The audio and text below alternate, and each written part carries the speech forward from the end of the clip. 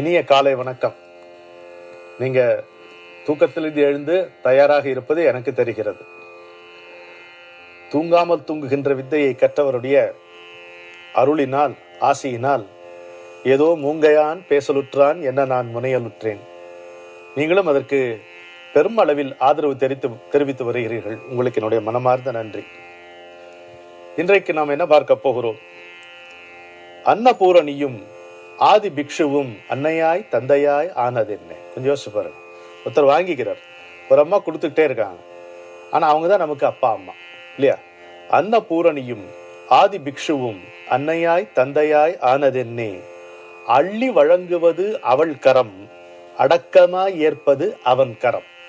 அள்ளி வழங்குவது அவள் கரம், அடக்கமாய் ஏற்பது அவன் கரம். என்றும் எளிமையே இயல்பாயிருந்தால் அன்னையே வந்து அமுதம் அளிப்பாள். என்றும் நம் கரம் ஏந்தி நிற்குமே, என்றும் அவள் கரம் எல்லாம் நல்குமே. எதுக்கு இது? நீங்க இமேஜினே பண்ண முடியாத ஒரு உதாரணத்தை ரொம்ப பெரிய ஒரு காரியத்துக்கு பெரியவா பயன்படுத்துறாரு. விருந்துல டோஸ்ட் சொல்லுவாங்க இல்லையா? கிளாஸ் ரைஸ் பண்ணி toast to your good health. அவர் சொல்றார், அந்த வார்த்தையே சொல்ற, toast to your good health அப்படிங்கிற. அப்ப நம்ம கண்ணதாசன் தான் ஞாபகம் வருவார். எனக்காக நீ அழுதால் இயற்கையில் நடக்கும், நீ எனக்காக உணவு உண்ண எப்படி நடக்கும்?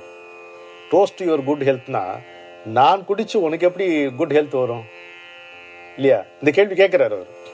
அருந்துவது நான், ஆனால் அதனுடைய பலனை பெறுவது நீங்கிறது எப்படி நடக்கும்? கேள்வி கேட்டு, இது ஒரு மனோபாவம் தானே, ஒரு நல்ல மனோபாவம் தானே. அதுபோல்தான் யாகங்களில் தேவர்களுக்கு ஆகுதிகள் கொடுக்கிறோங்கிறார். எதை எங்க பொறுத்தராக பாருங்க. டோஸ்ட் டு யுவர் குட் ஹெல்த்ங்கிறத, நான் குடிப்பதனால் உனக்கு எப்படி நன்மை விளையும், நலம் விளையும், அதை நம்ம அதை யாரும் மறுப்பதில்லை இல்லையா? விளையும். எனது ஒரு மனோபாவம். It's an attitude, it's a benevolent, ஒரு லவ், ஒரு கர்டியஸ் ஆட்டிடியூட். அதே போல் யாகங்களில் தேவர்களுக்கு நாம் ஆகுதிகள் கொடுக்கிறோம். அந்த தேவதைகள் சக்தியை நமக்கு கொடுக்கின்றன அப்படின்னு. தேவர்களே எங்களுக்கு பசுக்களை தாருங்கள். பாரதியார் எழுதுவார், வேதங்கள் முழுதும் கோரிக்கைகள் நிரம்பி கிடக்கின்றன. தேவர்களே எங்களுக்கு பசுக்களை தாருங்கள், எங்களுக்கு மழைகளை தாருங்கள், மழைகளை தாருங்கள் என்றெல்லாம் வேதங்கள் கூவி அழைக்கும். அப்ப தேவர்கள் நமக்கு சக்தியை கொடுப்பார்கள் என்ற நம்பிக்கையோடு நாம் யாகங்கள் செய்து அந்த ஆகுதியை விட்டோமானால் நமக்கு அவர்கள் வழங்குவார்கள். இதுதான் நம்முடைய அனுபவமாக இருக்கிறது. யாகங்கள் செய்து தேவர்களை பிரீத்தி செய்து தெய்வத்தின் அருளை பெறுகிறோம். அவருடைய வாக்கு சரியா கோட் பண்ணணும். யாகங்கள் செய்து தேவர்களை பிரீத்தி செய்து அவர்களுடைய அருளை, தெய்வத்தினுடைய அருளை நாம் பெறுகிறோம். மற்ற மதங்களில் அவர்களுக்கு சுவாமி மட்டும்தான், இங்கே நாம் தேவர்கள் மூலம்தான் சுவாமியை அணுகுகிறோம் அப்படிங்கிறார். ஏன் அப்படி? அப்ப அவங்க என்ன நினைப்பாங்க, மற்ற மதக்கார் நாங்க பாருங்க டைரக்டா சாமிப்போம். அப்படி அல்ல. அது பொருள் சரியா நம்ம புரிந்து கொள்ளணும். நாம் வாழக்கூடிய இந்த உலகம் என்பது பல சாம்ராஜ்யங்கள் நிரம்பியது. ஒன்று கனிப்பொருள்கள், தாது பொருள்கள். இப்ப தங்கம், வெள்ளி, எவ்வளவு உலகங்கள்ல உள்ள இருக்கு இல்லையா, அந்த தாது பொருள்கள்.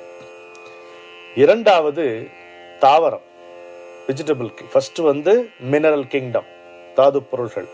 இரண்டாவது தாவரம், வெஜிடபிள் கிங்டம். மூன்றாவது விலங்கினம், அனிமல் கிங்டம். நான்காவது மானுடம், ஹியூமன் கிங்டம். ஐந்தாவது ஃபோர்சஸ் ஆஃப் நேச்சர், அதான் தேவர்கள், கிங்டம் ஆஃப் தி தேவாஸ்.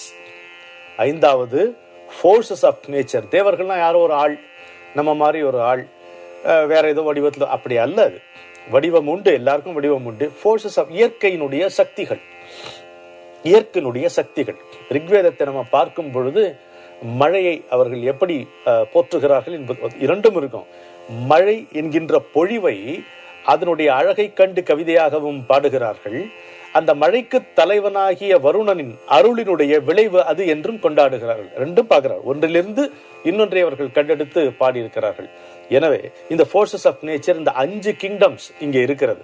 இதெல்லாம் யாருடைய ராஜாங்கத்தில் வருகிறது? இறைவனுடைய ராஜாங்கத்தில் வருகிறது. இந்த 5 எதற்காக வைத்தான்? The central theme or message of this entire creation is mutual dependence. Interdependence is the central theme of creation. நாம் எல்லோருமே ஒருவரை ஒருவர் பரஸ்பரம் சார்ந்து இருக்கிறோம், ஒருவரை ஒருவர் சார்ந்துதான் இருக்கிறோம் என்பதுதான் உண்மை. அதை உணர்ந்து கொண்டோமானால் தான் இப்ப இந்த என்விரான்மெண்டல் அவேர்னஸ்லாம் சொல்றோம் இல்லையா, சுற்றுப்புற சூழல் அந்த ஆர்வலர்கள்லாம் நிறைய பேர் இப்ப இருக்காங்க இல்லையா, நாம் ஒருவரை ஒருவர் சார்ந்துதான் வாழுகிறோம். அப்படி வாழ்ந்தால்தான், அந்த உணர்வு இருந்தால்தான் நம்மளால வாழ முடியும். டோஸ்ட் டு குட் ஹெல்த், ஒருவர் சார்ந்து இருக்கிறோம் இந்த மனோபாவம் அப்படி வாழ்ந்தால்தான் நம் இந்த வாழ்க்கை சீராக இருக்கும். அதுல இந்த ஃபோர்ஸஸ் ஆஃப் நேச்சர், தேவர்களும் அடக்கம், இந்த எல்லோருக்கும் சேர்ந்து இப்படி பரஸ்பரம் உபகாரம் செய்து கொண்டோமானால் இறைவனுடைய அருளை பெறலாம்.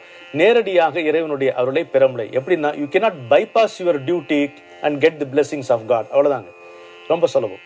You cannot bypass your responsibility and be hopeful of getting the blessings of God. அது நடக்காதுங்கிறார். எல்லாருக்கும் நம்ம தென்புலத்தார் தெய்வம் விருந்து ஒக்கல் தான் என்னும் ஐம்புலத்தார் ஓம்பல் தலைன்னு சொன்னார் இல்லையா வள்ளுவர், மகாபாரத்லயும் அது வருகிறது. எல்லாருக்கும் கொடுக்க வேண்டியதை கொடுத்து செய்ய வேண்டியதை செய்து அதன் மூலம்தான் நாம் இறைவனை அடைய வேண்டும். அற வாழ்க்கை என்பது வெறுமை சும்மா இறைவனை பிரீத்தி செய்வது மட்டுமல்ல, நாம் எதையெல்லாம் சார்ந்து வாழ்கிறோமோ அதில் நமக்கு என்னென்னவெல்லாம் பொறுப்போ கடமைகளோ அவற்றை இன்முகத்துடன் முழுக்க முழுக்க நிர்வகிக்க வேண்டும். அப்படி நிர்வகித்தோமானால் தனியாக இறைவனை ஆராதனை செய்யாமலேயே நமக்கு இறைவனுடைய அருள் கிடைக்கும். ஆனா அப்படி வைக்கல. இதையும் தென்புலத்தார் தெய்வம் விருந்து ஒக்கல், இந்த 4 இங்க தேவர்களையும் சேர்த்துக்கிறோம் 5, இவர்களையும் சேர்த்து விட்டு இவர்களுக்கு செய்ய வேண்டியதை செய்தால் மேலே இறைவனுக்கு செய்ய வேண்டியதையும் செய்யணும். இறைவனுக்கு செய்ய வேண்டியது என்ன, கொடுக்க வேண்டியது கொள்ள வேண்டியது சப்மிஷன். நீ இருக்கிறாய் நான் இருக்கிறேன் என்கின்ற உணர்வு, நீ கொடுக்கிறாய் நான் அனுபவிக்கிறேன் என்கின்ற நன்றி உணர்வு, இதோடு இருந்தோமானால் நமக்கு எல்லாம் கிடைக்கும் என்பதுதான் இந்த டோஸ்ட் டு குட் ஹெல்த் என்கின்ற தத்துவ விளக்கமாக நமக்கு அமைகிறது. எனக்கு தெரிஞ்சு யாரும் டோஸ்ட் டு குட் ஹெல்த்தும் யாகங்களில் ஆகுதியும் இப்படி யாரும் இணைத்ததாக நான் என்னுடைய சிற்றறிவுக்கு எட்டிய முறையில் என்னுடைய வாழ்க்கையில கேட்டதே இல்லை. அது அவருக்கே உரிய பிரத்யேக சிறப்பாக அமைந்திருக்கிறது.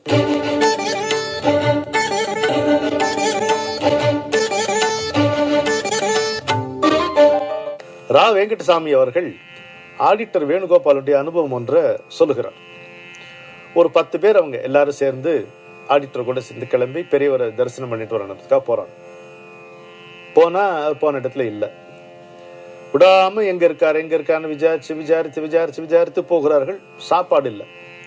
ஏன்னா we have to somehow reach him first. அப்புறம் தான் மீதி எல்லாம். சரி, இன்னைக்கு நமக்கு விரதம் தான் அப்படின்னு நினைச்சு கொண்டு போறார்கள். போனா அவர் இருக்கிற இடத்துக்கு போய் சேர்றாரு. எப்போ 3 மணி, மத்தியானம் 3 மணி ஆகிறது. அப்போ பெரியவருடைய அணுக்க தொண்டர்கள் அவர்களை ஆர்வமுடன் வரவேற்று, கை காலெல்லாம் சுத்தம் பண்ணிட்டு வாங்கோ, சுட சுட சாப்பாடு தயாரா இருக்கு உங்களுக்கு அப்படின்னாங்க. எங்களுக்கு ஆச்சரியம் தாங்கவே இல்லை நீங்க வாங்க அப்படின்னா எல்லாருக்கும் இலையை பரிமாறி இலையை போட்டு சாப்பாடு பரிமாறி சாப்பிட்றோம். அப்படியே ரசிச்சு சாப்பிடுவோம். பசி களைப்பு சாப்பிடும்போது கேட்க எப்படி இது இல்லை 12 மணிக்கெல்லாம் முடிஞ்சு போச்சு, இங்கே பிட்சை முடிஞ்சு போச்சு, நாங்கள் எல்லாரும் சாப்பிட்டுட்டோம். அப்புறம் ஓய்வில் இருந்த பெரியவா திடீர்னு எங்களை கூப்பிட்டு சொன்ன வாசகமா 10 பேருக்கு காண்ற மாதிரி சமைச்சு வைங்கோன்னாராம். சரியா 10 பேர் வந்தாங்க. 10 பேருக்கு காண்ற மாதிரி சமைச்சு வைங்கன்னா நீங்க வந்த, அதனால இப்போ சரியா போச்சு அப்படின்னா. அதாவது வந்தவர்கள் முகக்குறிப்பு அறிந்து அவர்களுடைய பசியை உணர்ந்து அவர்களுக்கு விருந்து சமைப்பது விருந்தோம்பல் என்று நினைத்திருக்கிறோம்.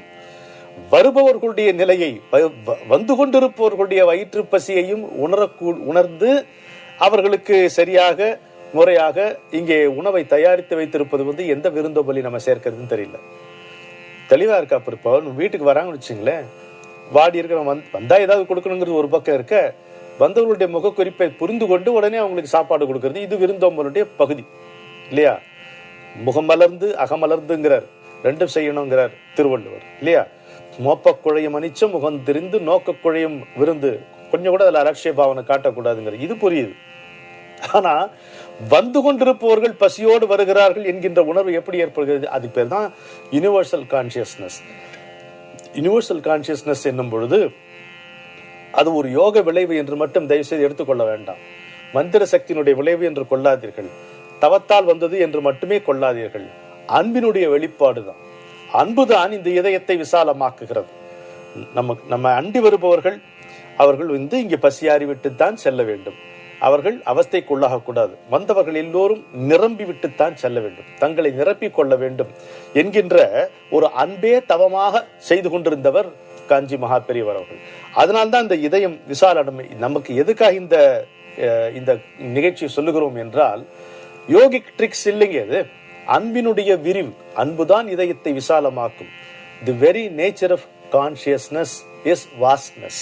நம்முடைய சித்தத்தினுடைய அளவு தான் அதுவே பிரம்மாண்டம், அது வாஸ்ட்னஸ், அப்படி விரிந்து கிடக்கக்கூடியது. அதனால்தான் நம்ம ஒரு கடலை பார்க்கும் பொழுதோ, ஒரு மலையிலிருந்து கீழே பார்க்கும் பொழுதோ, பரந்த புல்வெளியை பார்க்கும் பொழுதோ நமக்கு எல்லாருக்கும் ஒரு ஆனந்தம் ஏற்படுவதற்கு காரணம் அதுதான் நம்முடைய சித்தத்தினுடைய இயல்பான நிலை.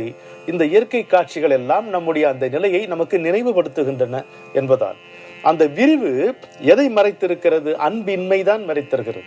அன்பினுடைய குறைவு தான் அதை மறைத்திருக்கிறது. அந்த திரையை எது விளக்கும்? அன்புதான் விளக்கும். அந்த அன்பு இருந்தால் அது ஏற்கனவே விரிந்துதான் இருக்கிறது. சித்தம் என்பது புலப்படும். அன்பு மயமாகவே இருந்ததால், அன்பே தவமாக செய்ததால் அவருக்கு வருபவர்கள், வந்து கொண்டிருப்பவர்களுடைய நிலைமை என்னவென்று புரிந்தது. அதற்கு தயாராக உணவை அவர் தயாரித்து வைக்கவும் முடிந்தது. இது ஒரு நிகழ்ச்சியில், எத்தனையோ நிகழ்ச்சிகள் இது மாதிரி அவருடைய வாழ்க்கையில நம்ம காணுகிறோம். அப்போ அந்த ஆடிட்டர் வேணுகோபால் பெரியவாளுடைய ஜெயந்தி அல்லது சாத்துர்மாசம் அதுக்கெல்லாம் பெரிய பொருள்கள் அவர் தான் வாங்கி கொண்டு போடுவாராம். வேன் முழுக்க பொருள், மளிகை சாமான், அது இது எல்லாத்தையும் வாங்கி கொண்டு அதெல்லாம் அப்படியே வரிசையா வச்சுட்டு கையை கட்டி நிற்கிறார். பெரியவர் அப்படி பார்க்குறார். ஒரு பாரு அப்படி பார்த்துட்டு சிரிக்கிறாரா. பெரியவா கேட்குறாரு, என்னடா முக்கியமானதை ஒன்று விட்டுட்டியே என்னாரான். என்ன முக்கியமான என்ன பார்த்துட்டு அதை வாங்கலையா இதை வாங்கலையான்னு பார்த்தா எதை தெரியுமா விட்டுட்டாரு? உப்பு வாங்க மறந்து போயிட்டாராம். எப்படி கரெக்டா அவருக்கு கண்ணில் படுகிறது பாருங்க. அதாவது இருக்கும் பொருள் கண்ணில் படுவது வியப்பு இல்லைங்க, இல்லாத பொருள் மனதில் தெரிவதுதான் வியப்பு. சோ அவ்வளவு அழகா சொல்றாரு. எடா முக்கியமான ஒன்றை வாங்க மறந்துட்டேன்னு கேட்டா அது உப்பு. இப்படி பல நிகழ்ச்சிகள் அவருடைய வாழ்க்கையில நாம காண்கிறோம். இப்போ பம்பாயில இதுவும் அந்த சம்பந்தமான ஒரு நிகழ்ச்சி தான். பம்பாய் குடியிருப்பு எப்படி இருக்குன்னு தெரியும் உங்களுக்கு இல்லையா? இந்த செவத்துல ஆணி அடிச்சா பக்கத்து வீட்டு செவத்துல அது வெளியே வரும், அந்த வீட்டுல படம் மாட்டலாம் அப்படின்னு கிண்டல் பண்ணுவாங்க. அது மாதிரி இருக்கும். அதுல ஒரு தம்பதிகள் அவங்க ஒவ்வொரு நாளும் பெரியவாளுக்கு நிவேத்தியம் பண்ணாம சாப்பிட்டதே கிடையாது. அப்படி அவங்க ஒரு கொள்கையா ஒரு மரபா அதை கடைபிடிச்சோம். பெரியவாளுக்கு நிவேதனம் பண்ணி தான் சாப்பிடுவோம். அவங்க ஒரு வாரம் வெளியூர் பயணம் போக வேண்டிய ஒரு அவசியம் என்னடா பண்றது, இப்போ எப்படி நம்ம அவருக்கு நைவேத்தியம் பண்ணுவோம், ஒரு வாரம் அவர் எப்படி என்னத்தை சாப்பிடுவார் அப்படின்ட்டு அவளுக்கு ரொம்ப மனசு வருத்தம். யாரோ சொன்ன யோசனையின் பேரிலோ இல்லை எங்கேயோ படித்து கேட்டு அதன் பேரிலோ ஒரு சின்ன நடவடிக்கை அவர்கள் மேற்கொண்டார்கள்.